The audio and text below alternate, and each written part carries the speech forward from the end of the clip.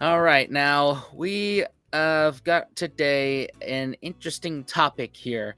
We haven't really touched on the Japanese as much on this channel, but on ETS and your channel, Daniel, Rec Yeah. Nation, you've touched on World War II a lot.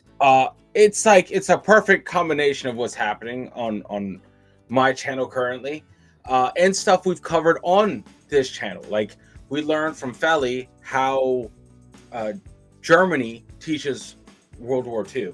Yeah, And this topic has come up over on the Rec Nation as well during our course of military history kind of video stuff. And this is legitimately insanely intriguing yeah, because I never even thought of asking this question until Feli did that. I was like, that's interesting. I never even thought about how would those countries teach what happened in World War II. yeah, Because they have to teach. It can't just be 1940 through and nothing happened, guys. Nothing. Go back. We're gonna go to recess now. You know, like what you can't. You have to. They have to teach something that happened. So yeah, I'm interested. yeah, 100%. So let's see how the Japanese teach about World War II with our good friend Simon Whistler. Simon Whistler. Yes. Right. 3, 2, 1.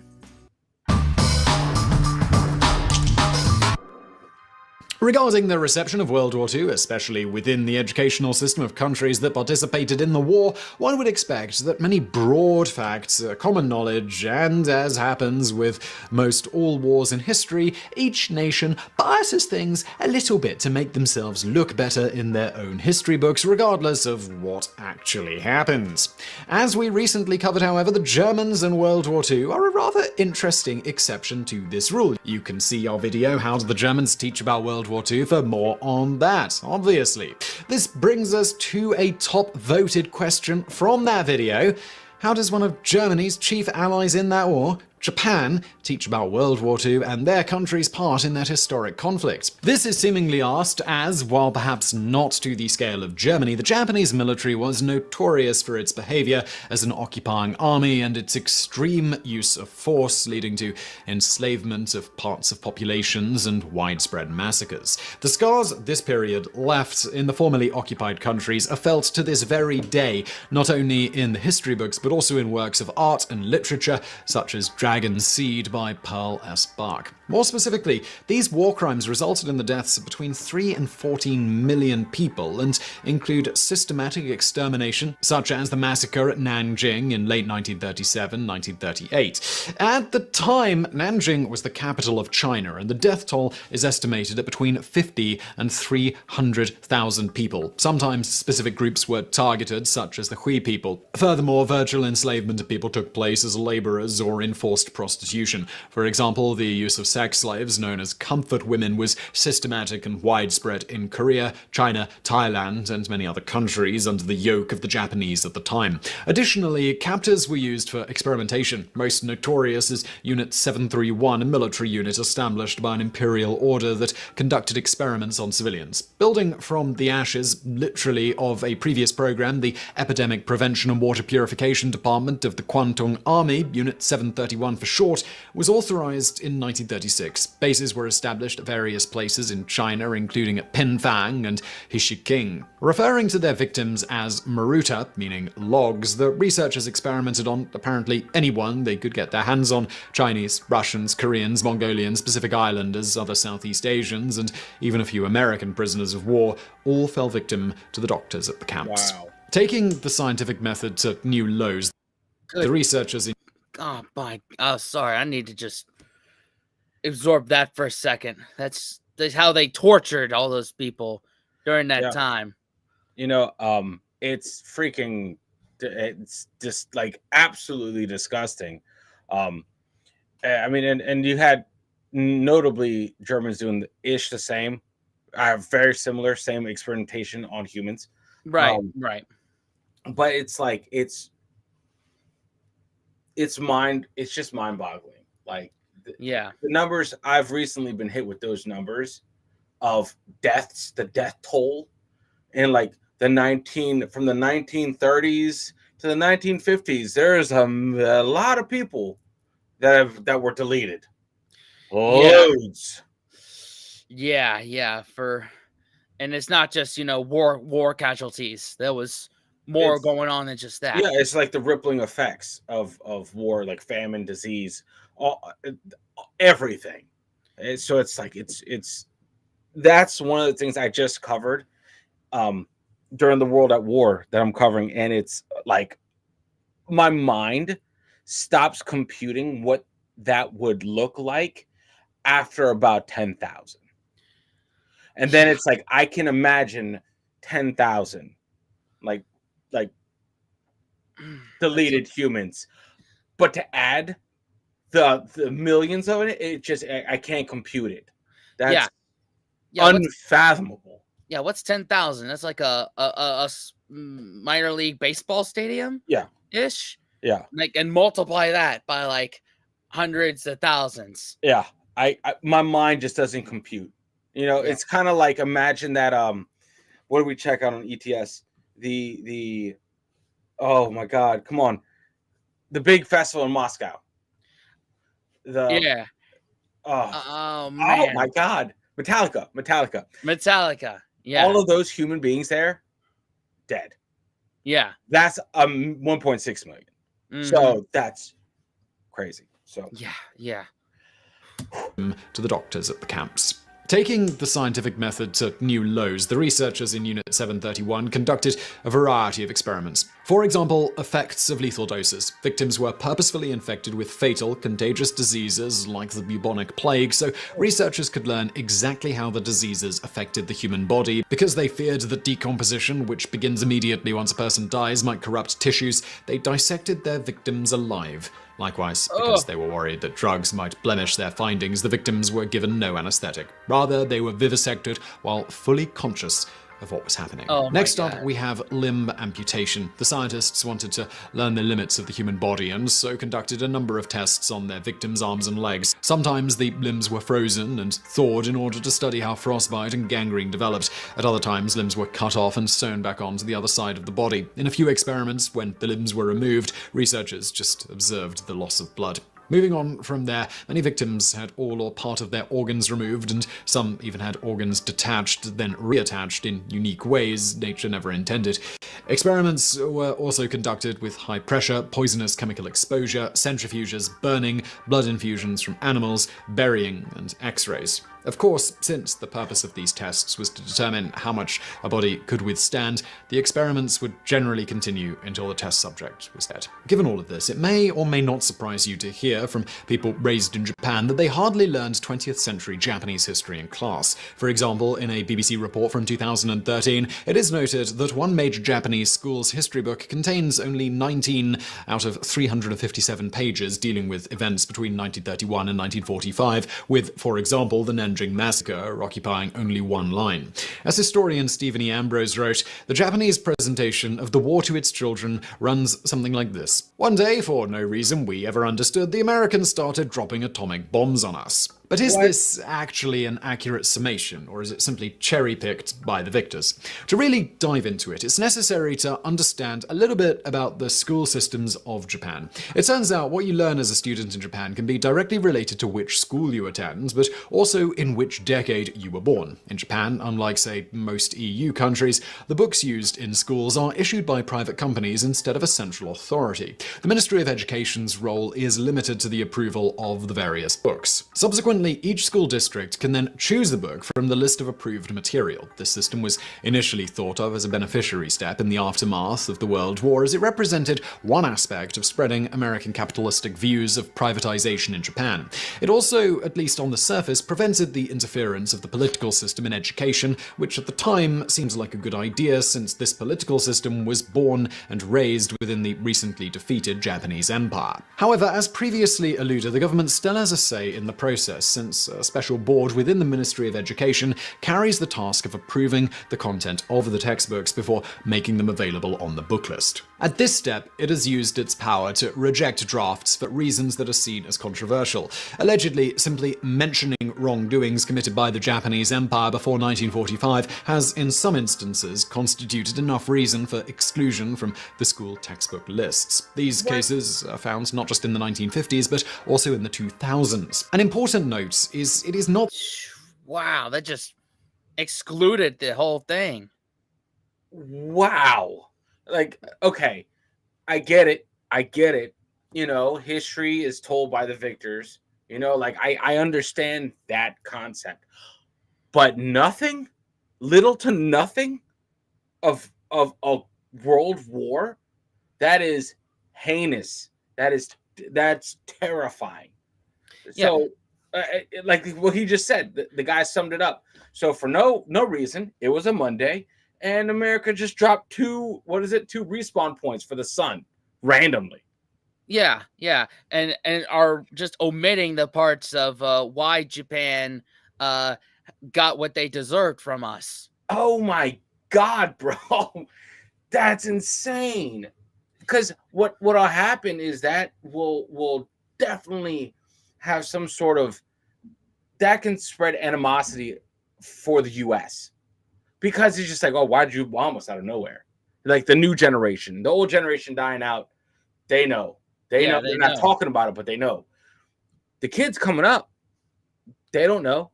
Old people don't talk about their problems to young people. That's Not that generation.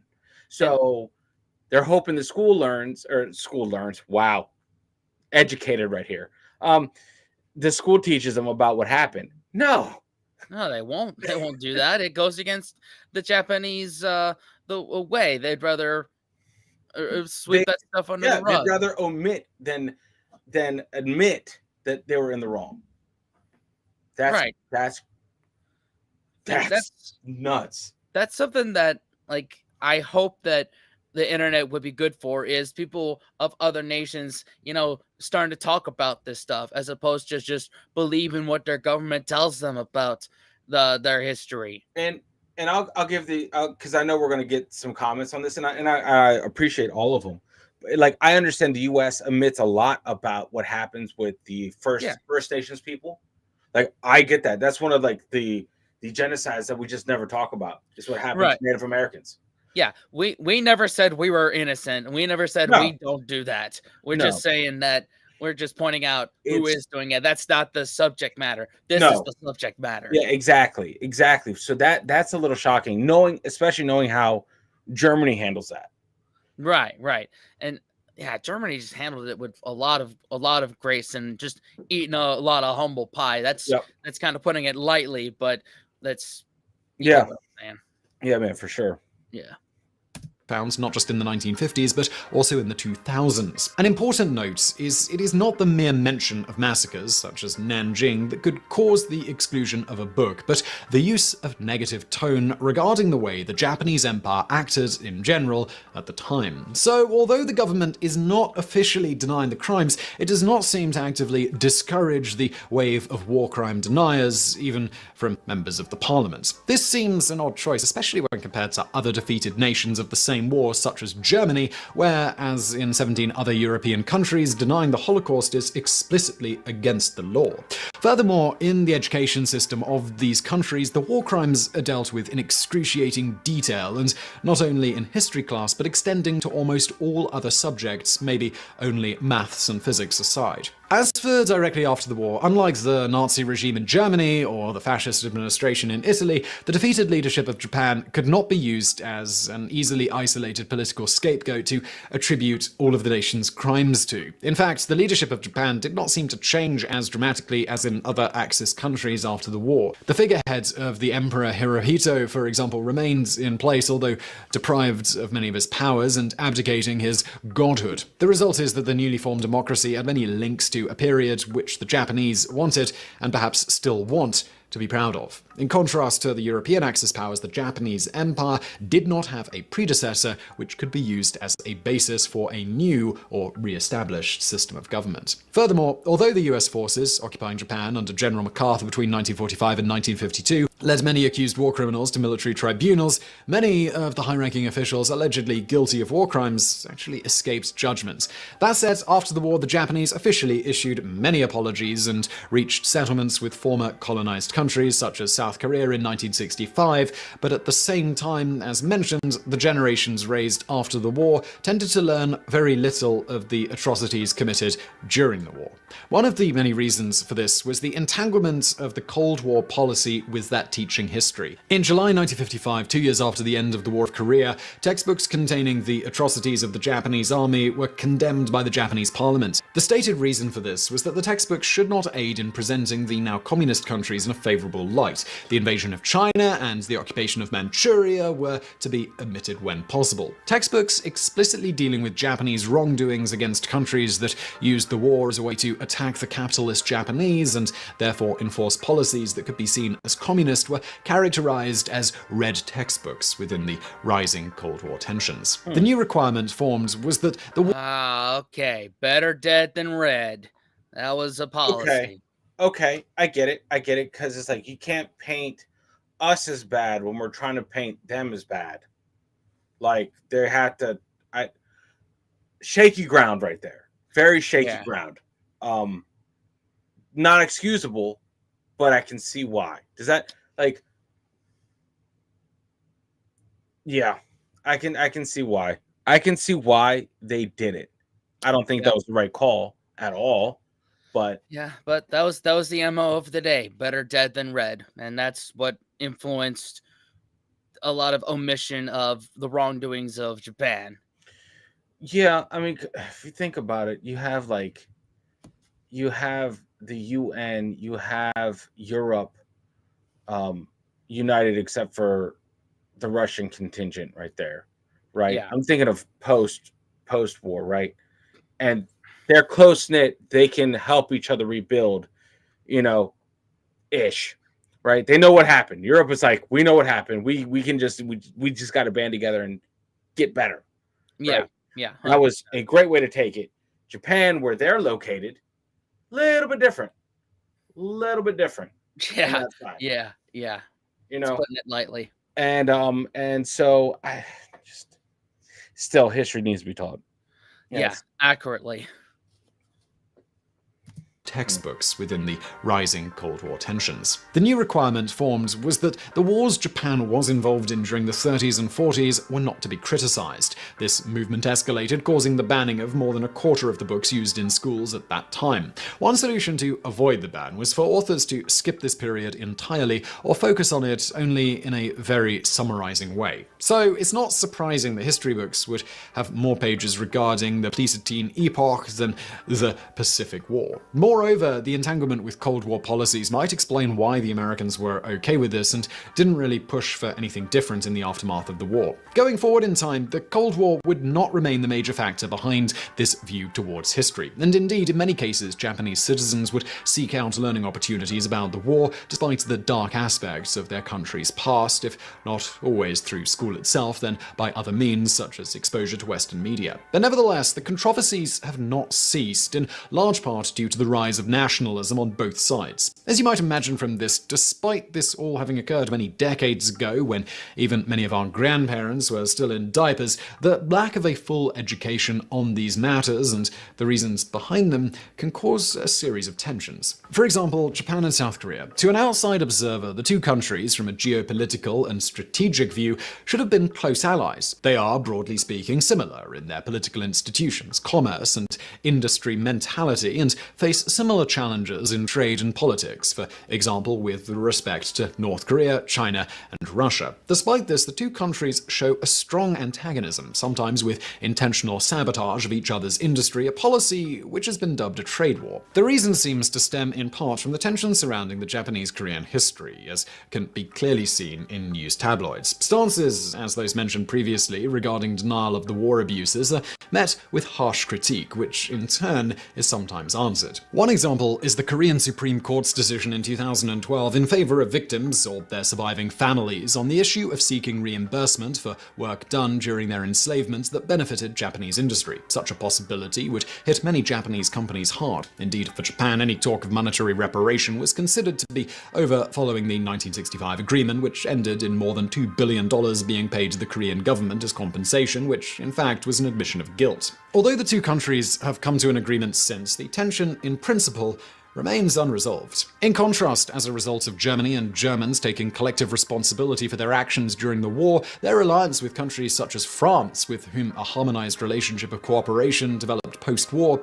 occurred relatively quickly, despite the fact that centuries-old rivalry existed even aside from the occupation during the Second World War. Would it have been so if Germany hadn't immediately chosen to take such extreme responsibility for its actions during the war? In the end, almost all nations tend to view a period in which they were the most powerful favorably. It comes as no surprise that this period of power is most often linked with some kind of military expansion, accompanied by a "we are better than the others" view, which almost inevitably leads to the feeling of national superiority, intolerance, and varied acts of cruelty, sometimes in a widespread and horrific form. In short, the abuse of the so recently gained power. Japan is not the exception, but rather the rule in this regard, as almost all nations of the world tend to follow this trend, more or less, with their own histories. So I really hope you found that video interesting. If you did, Yeah, I mean, Interesting. yeah, you want to paint your own country as superior to your people. That way, they have a sense of loving